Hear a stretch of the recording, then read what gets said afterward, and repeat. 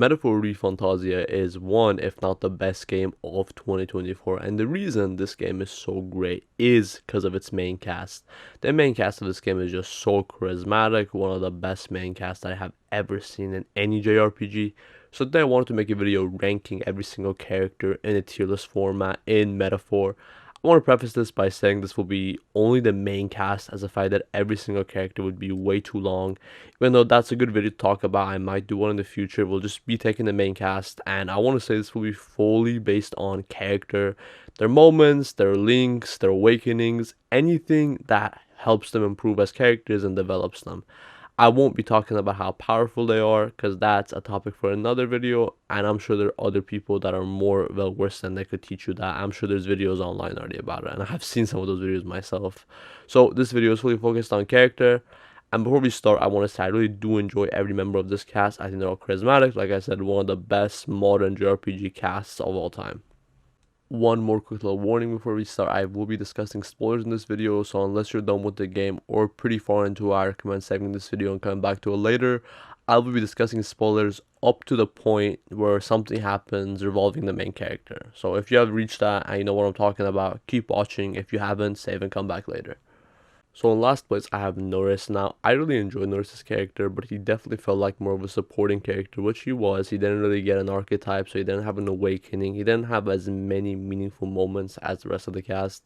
But I still really enjoy his character. Him controlling your gauntlet runner, fixing it, and supporting you throughout the entire journey is really amazing.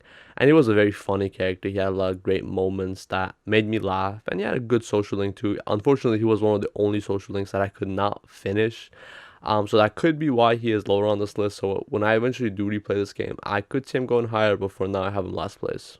With that being said, I will be giving Neuras a C tier, so he is still a good character and I really enjoy him, just falls short compared to the rest of the cast. So next up I have Galica. Now this game has been out for a very short time, so I'm not sure what the general consensus is on the main characters and how you rank them.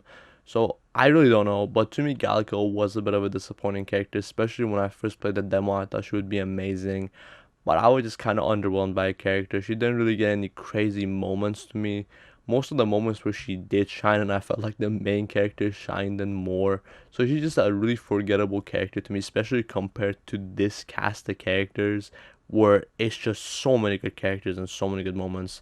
Now, the reason she is still above Neuras, I did feel like she was way more involved with the main cast and the main story, and she had way more moments that I considered great. Even if she got outshined in those moments, she still did have some good moments. Now, with that being said, I will be also giving Galica a C tier, slightly better than Neuras, but they're around the same ballpark for me. Next up, I have Eupha. Now, from this point on, there's a clear jump in quality for me, I will say.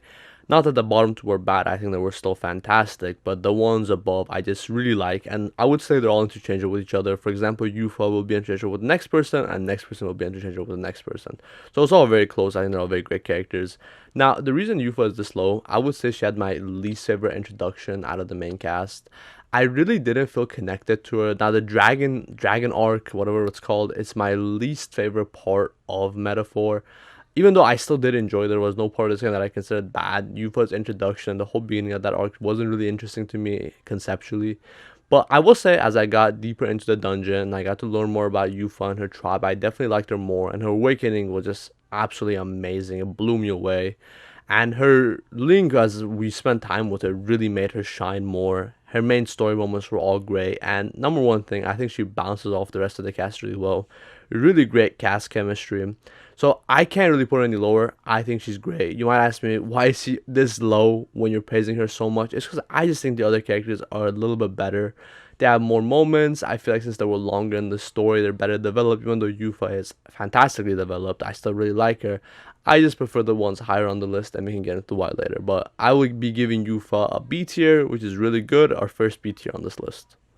So next up I have Junah, and I'm gonna be honest, I did not think she would be this high for me once I saw her awakening, because I didn't think her awakening was that good. Now, I didn't think it was bad by any means, but I thought it was one of the weaker awakenings, because it didn't really match the theme we've seen for other awakenings until now. It wasn't about her overcoming her anxieties or anything. It was just about her showing her resolve. But you might ask, how is she so high if you had that problem with her? And that's because I just feel like she's such a charismatic character. She has so many good moments throughout the story with Saint Rella, with the rest of the cast. It's just all so impressive. I really can't put any lower because she's a character that I really enjoyed consistently. Her social link was also amazing. Wasn't one of the best in the game, but it was really good at fleshing her out. What puts Junah this high for me was the amount of in main story moments that she got. I'd probably say she had one of the best ones with Cinderella, and I really liked it. There wasn't a time where she was on screen that I was bored. I think she's just a super charismatic character in every single regard, and that's why she's high on this list. And I would give her a B tier, but on the cusp of A tier, so she could move up as we go further on the list. Next up, I have Basilio, and I want to say in terms of like pure build up and awakening, he is the absolute best character on this list. Every character from this point I consider to be like one of my favorites. Not that the bottom ones aren't great, but these guys are just characters that like really resonate with me personally, and I really like them. I really like everything they cover. Everything about them is just perfect to me. And Basilio is like the perfect example of how to do a great awakening. And one of the things that I really enjoy about Basilio is his motivation. One thing I really like about these characters is their motivation to go against Luis. And just like his awakening, I think Basilio has probably one of the strongest motivations. In the Dragon Temple arc, you get to see the build-up of Basilio and Dell's relationship and how close they are to each other, how much they depend on each other. Basilio calls Dell the smart one, Dell calls Basilio the strong one, so they complete each other basically. And seeing Dell sacrifice his life to save Basilio is just such a heartbreaking moment after all the time you spent with these guys. And you might be like, you're literally saying Basilio has the best in everything. How is he not high on the list? And the reason is, I do feel like his social link is a bit on the weaker side. So that kind of does bring him down. Also, the other characters that are higher on the list, you get to see we spent more time with them. So I got to feel more of a connection with them. I think they have better character arcs to some degree. I think Basilio's arc is just so good to the point of you could argue that he's better than everyone above him. But it's my personal ranking, and I don't think he's above them. But I will be giving Basilio an A tier, which is our first A tier on this list. Next up, I have my boy Strohl, or Day One. Man, I love Strohl. The more I think about him, the better he gets. That's why he's top 3 on this list. I think Strohl had probably one of the best awakenings and some of the best in-game story moments. And like I said for Basilio, one thing I really value is motivation. And I think Strohl has a really great motivation with wanting to avenge his family, with Luis being the one that destroyed his family, his hometown, basically his kingdom. And the confrontation he has with Luis at the midpoint of the game and asking him why you did that to my village is just so amazing. He just has so many amazing moments. Now, he's kind of low for the same reason as Basilio. No, he's not low, he's top 3, but he's kind of lower, same reason as Basilio. I didn't really love his link. I thought it was pretty good. Like, his last link that's on screen right now was just amazing. It was, like, one of the best ever. But outside of the final one, I thought the others were kind of lackluster here and there. Again, there was some nice moments sprinkled through. But the reason I'm giving Strohl such a high rating is his motivation, his role in the story, and his awakening. All of these were just super well done.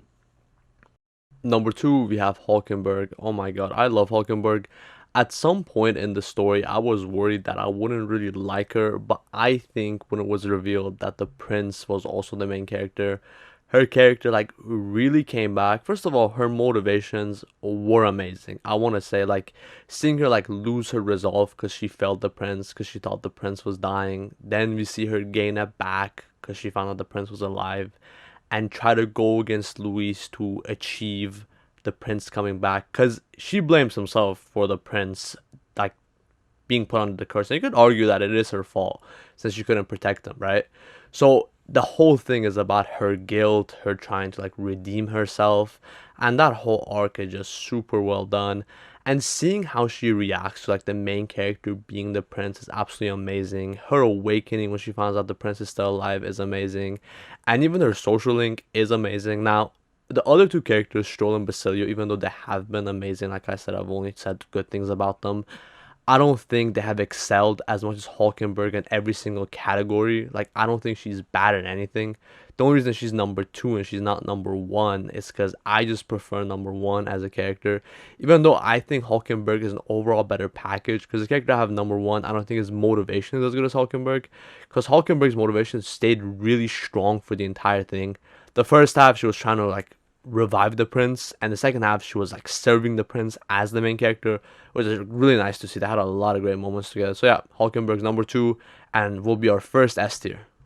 Number 1, I have Heismay, man. Was not a character I was expecting to love, to be honest. Now, I thought I would like every main character because Atlas usually makes a very likable main cast, but Heismay was just on a whole other level, man.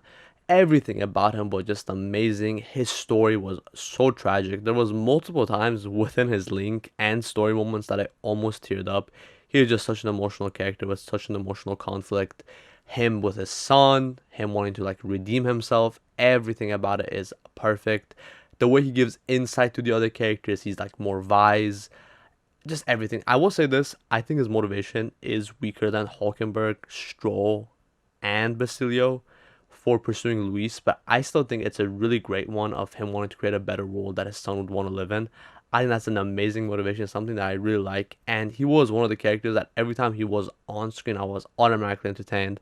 Also, between the main characters, he does have my favorite social link. Every interaction with him was absolutely amazing.